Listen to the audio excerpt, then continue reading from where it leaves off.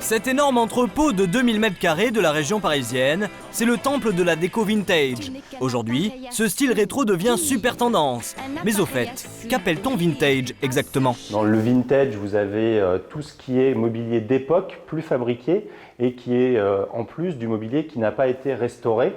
D'où l'appellation vintage est quelque chose que vous ne pouvez plus trouver en neuf. Regardez, le mobilier vintage, c'est donc aussi bien des tables basses que des canapés, des étagères, des tableaux, des fauteuils, de simples poignées de porte, ou même carrément des baignoires ou de vieux radiateurs en fonte. Fred est producteur de musique. En ce moment, il est en train de redécorer ses bureaux. Et aujourd'hui, il recherche 12 fauteuils identiques au look branché. Mais pour lui, les meubles neufs sont hors de prix. Et en plus, ils ne sont pas chargés d'histoire, comme ce fauteuil rose par exemple. Ouais, ils sont un peu abîmés, mais ils sont magnifiques. C'est un fauteuil qui a vécu, c'est voilà, moi le fait qu'il soit un petit peu usé et abîmé avec sa patine et ses petits défauts, ça me dérange pas du tout, bien au contraire. C'est un célèbre designer des années 70 qui a dessiné ce fauteuil. À l'époque, il valait une fortune. Aujourd'hui, il vaut encore 200 €. Mais selon Fred, ce n'est pas trop cher comparé au prix d'un fauteuil neuf d'une grande surface. Je sais pas si tu te souviens, mais dans la grande distribution, le fauteuil noir en cuir, 3 positions qu'on avait vu, 3 fois ce prix-là. Des clients comme Fred, Ben en reçoit de plus en plus dans son entrepôt.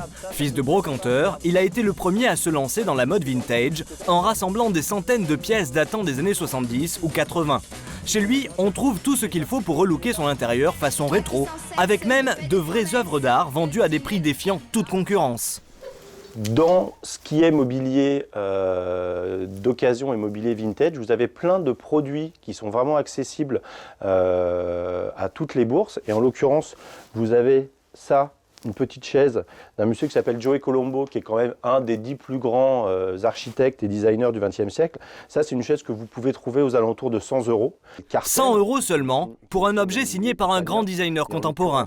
C'est vrai que ce serait dommage de s'en priver, à condition bien sûr d'aimer le plastique vert. On y va ? Quelques jours plus tard, les 12 fauteuils en velours rose sont arrivés dans le bureau de Fred. Et effectivement, leur présence donne une touche très personnelle à cette pièce. Et comme le confirme Fred, l'avantage de ces meubles signés qui étaient hors de prix à l'époque, c'est qu'ils sont parfois devenus très compétitifs comparés au mobilier des grandes surfaces. C'est économiquement très intéressant. C'est moins cher que du meuble standardisé, mais par contre on y passe beaucoup plus de temps. Mais il y a encore plus étonnant. Aujourd'hui, plus rien n'échappe à la mode vintage. Guillaume est bien placé pour le savoir. Cet artisan parcourt les casses à la recherche de vieux radiateurs en fonte.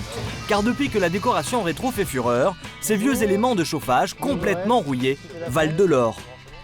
Je recherche des radiateurs fonte.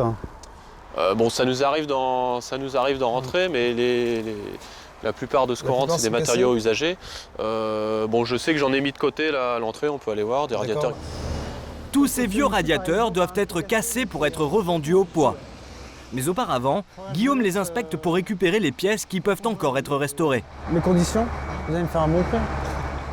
Guillaume ne veut pas nous dire combien il rachète ces vieux radiateurs, mais une fois restaurés, ils se revendront en moyenne 250 € l'unité. Et c'est ici, dans cet impressionnant cimetière de vieux radiateurs, que Guillaume stocke toute sa marchandise. Regardez, il y en a plus de 300 de toutes les époques et de tous les styles. En fait, leur seul point commun, c'est qu'ils sont tous en fonte. Donc voilà, typiquement les radiateurs à l'état brut. Donc là, ils ont, avec le temps, évidemment, les différents propriétaires des maisons ont mis chacun leur couche. Donc on se retrouve avec 5-6 couches de peinture. Donc on retrouve des radiateurs roses, blancs, jaunes, verts. Alors, pour leur redonner une seconde jeunesse, Guillaume doit donc les décaper entièrement. Avant, ce genre de travail, c'était l'enfer. Mais aujourd'hui, grâce au nettoyage au sable à très haute pression, c'est heureusement beaucoup plus facile. Donc là, il s'est équipé et avec son tuyau, il propulse une grenaille à 7 bars et qui va retirer toute la rouille du radiateur. Et voici le résultat après seulement quelques minutes de travail. Là, ils sont tout neufs, à l'état brut de fonte. Ça donne un aspect un peu industriel. Et finalement, pour un radiateur qui à l'origine n'a pas grand intérêt, on leur donne un côté un peu déco.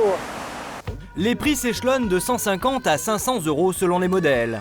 Ce n'est pas plus cher qu'un radiateur moderne, mais pour ce prix-là, vous avez en plus un superbe objet déco dernier cri. et c'est exactement ce qui a séduit le dernier client de Guillaume. Aujourd'hui, il doit justement lui livrer un radiateur. Bonjour. Ça va? Arrivez-vous? Vous êtes trouvé sans souci?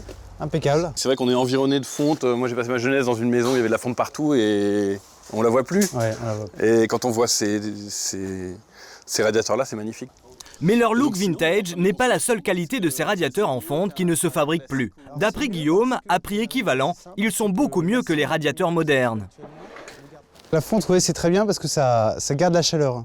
Par rapport à tout ce qui se fait actuellement, qui est en acier ou en aluminium, la fonte permet de diffuser une chaleur douce et de consommer moins.